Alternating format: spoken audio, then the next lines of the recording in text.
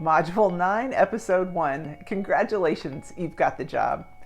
Now you need to be proactive, and you need to be sensitive to the fact that many small companies don't really have an official onboarding process. This process of onboarding is up to you, and you need to be proactive.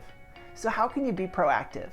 You need to ask who in HR or who on the team you need to contact to begin the process of formally accepting their offer. You need to start the paperwork of onboarding and working with the HR department.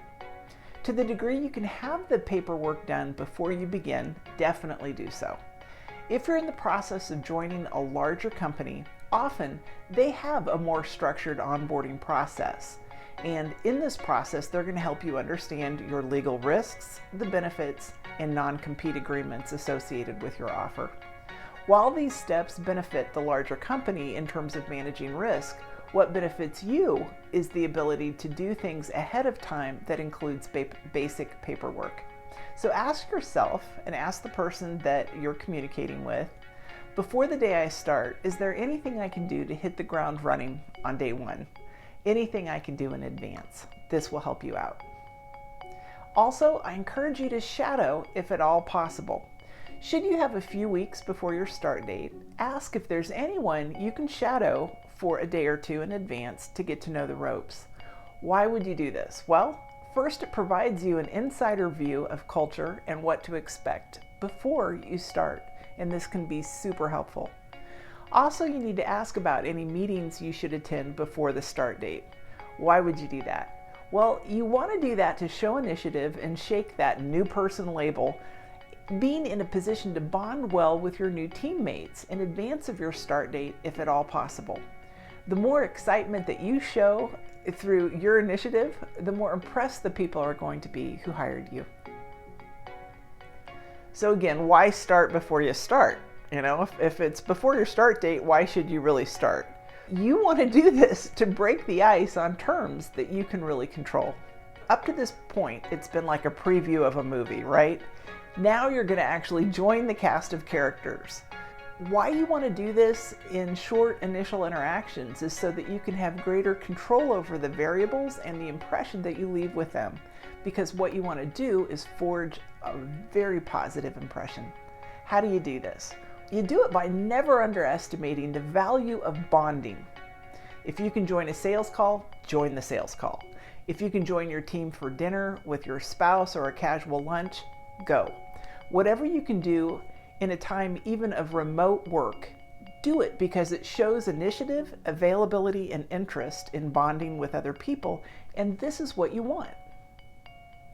Other details. So I'm just going to take a moment and act like your mom. So just work with me here. These are really important things that you'll thank me later if you just kind of think through these things with me, okay?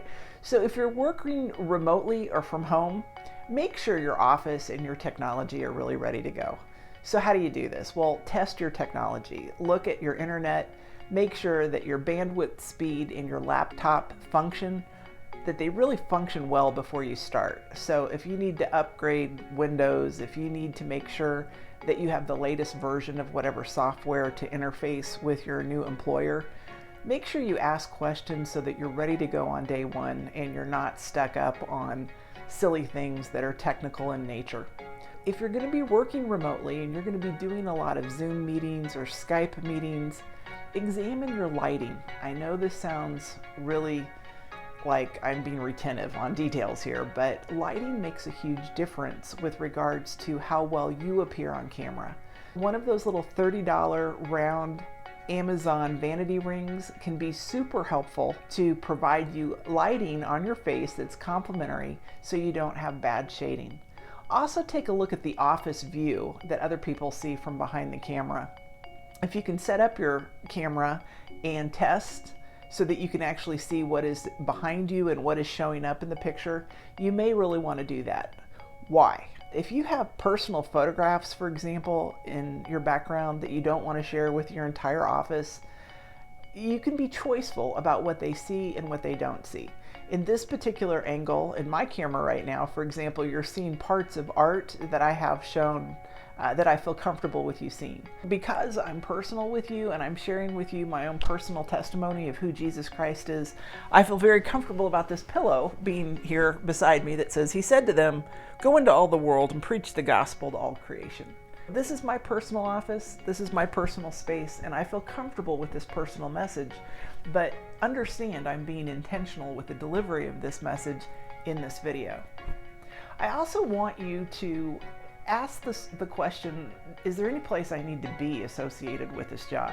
If you need to get comfortable driving a particular route to work or practice knowing where you can park, make sure you do this. I know this sounds ridiculous, but too many people have put off practicing the route to work only to discover it took far longer in the traffic than they anticipated, and they didn't know where to park, so they were an hour late to work on their first day. You do not want that to happen, and the way you avoid it is by actually practicing.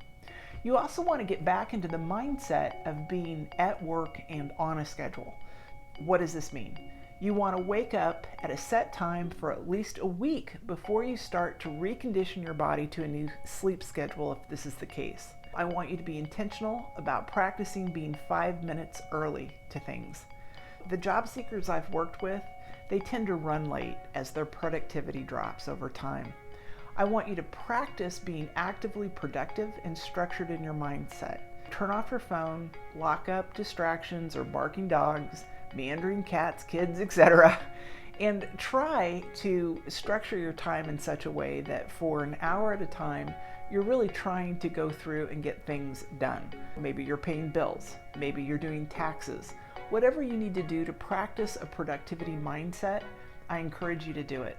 Also, unless you're being invited to eat on a Zoom call or you're at a working lunch, do not plan on eating on a call. I know this sounds strange, but things like spinach getting stuck in your teeth in the middle of your first call, you don't want stuff like that going on. Assume that you're not being invited to eat on a call. Maybe you're drinking coffee or drinking that protein shake, that's cool, but don't plan on eating on a call. I've been on many professional calls where somebody suddenly pulls out a cheeseburger and it gets awkward on the other end because they've got, mustard hanging from their chin. Make sure you understand office etiquette and practice that etiquette and plan for it in advance. Additionally, take an inventory of your clothes. I know this sounds silly, but they may need pressing or dry cleaning before you start. Pay attention to your hair and your personal grooming. So if you've been unemployed for a while, maybe you've gotten sloppy in your personal appearance. Maybe it's time to book that hair appointment, book that hair coloring appointment, whatever it is, get it done before you start the company so that you look your best on day one. Also, make sure your personal grooming are the best they can be. Your nails are clean and trimmed. Your nails are done if they're a woman, if indeed that's your personal style. If you need a little bit of makeup to look better on a Zoom call with good lighting, I encourage you to be thinking about maybe a little concealer, a little eyeliner, a little mascara, a little eyebrow pencil, a little bit of lipstick. I know this sounds ridiculous, but if you're a woman, which is 50% of my audience, please make sure you do the basics. I know that sounds ridiculous, but it really is important, especially if you're over the age of 45, to put forward your best foot on day one.